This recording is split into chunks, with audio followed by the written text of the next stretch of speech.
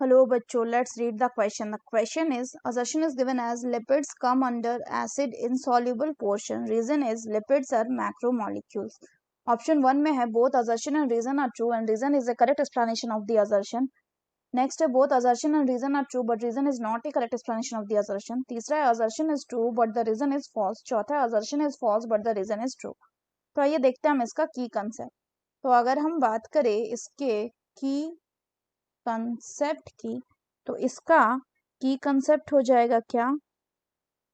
It will be lipids. अगर हम lipids की बात करें तो लिपिड्स क्या होते हैं? लिपिड्स जो होते हैं ये बच्चों आपके वाटर इनसॉल्युबल होते हैं. In water insoluble biomolecules. Biomolecules. अब अगर हम फर्दर बात करें तो ये जो लिपिड्स होते हैं इनका हमने कैसे पता लगाया? तो अगर हम फर्दर बात करें तो हमने एक एक्सपेरिमेंट किया जिसमें हमने किसी भी लिविंग टिश्यू लिया, कोई भी एक हमने लिविंग टिश्यू लिया और इस लिविंग टिश्यू को क्या किया इसको हमने ग्राइंड कर दिया. We grind it. किसमें? In trichloro acetic acid. In trichloro acetic acid. जब इसको हमने ग्राइंड कर दिया ट्राइक्लोरिक एसिटिक एसिड में using a mortar and pestle, तो हमें क्या मिला? Then we obtain a thick slurry. हमें एक थिक स्लरी मिला.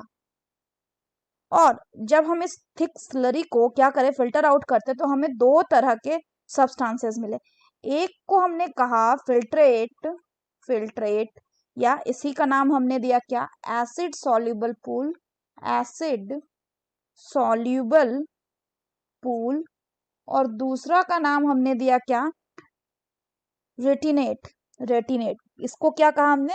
Acid insoluble pool. अब अगर हम फर्दर बात करें, ये जो आपका एसिड इनसॉल्युबल पूल था, इसमें हमें 4 तरह के कंपाउंड मिले. कौन कौन से? एक था आपका प्रोटीन, उसके बाद था आपका nucleic acid and polysaccharides and lipids. इसमें अगर हम बात करें तो ये जो एसिड इनसॉल्युबल पूल था, इनमें क्या था? इन सभी का मॉलिक्यूलर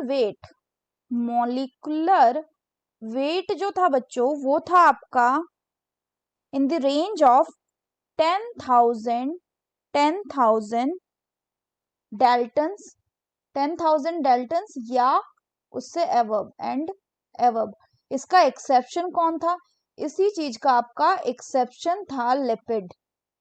इसके अलावा अगर बात करें तो ये इस एसिड सॉल्युबल पूल में जितने भी हमें मॉलिक्यूल मिले, ये क्या थे? They are all polymeric substance. ये पॉलीमेरिक सब्सटेंसेस भी थे.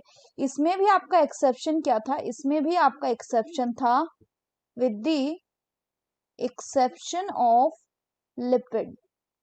तो अगर हम फर्दर बात करें तो ये जो लिपिड है बच्चों, ये क्या है? ये लिपिड जो है इनमें हमें देखने को मिला स्मॉल मॉलिक्यूलर वेट. और चूंकि इसमें स्मॉल मॉलिक्यूलर वेट का ये कंपाउंड था, therefore they are not present only as arranged into structure. मतलब वो सिर्फ स्ट्रक्चर के फॉर्म में ही नहीं प्रेजेंट थे, जैसे कि cell membrane and other membrane. तो क्या हुआ कि जब हम किसी टिश्यू को ग्राइंड करते हैं, यानी हम कोई टिश्यू लेते हैं, इसको अगर हम ग्राइंड करते हैं, तो इस टाइम पे हम क्या कर रहे हैं? इसका मतलब हम इस टाइम पे डिसरप्ट कर रहे हैं किसको? We are disrupting the cell membrane.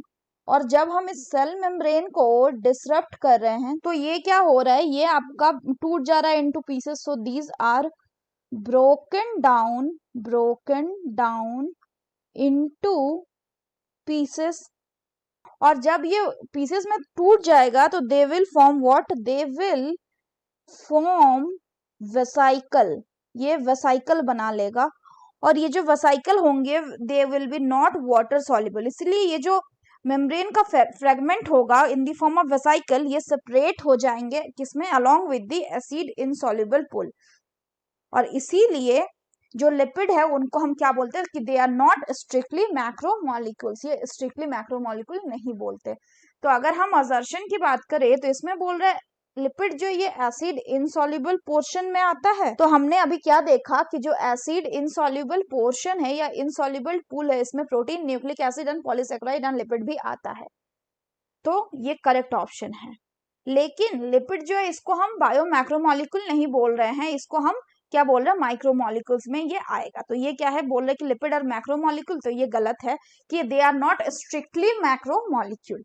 So the correct option will be option 3, that is assertion is true but the reason is false. So that's all for the question बच्चों.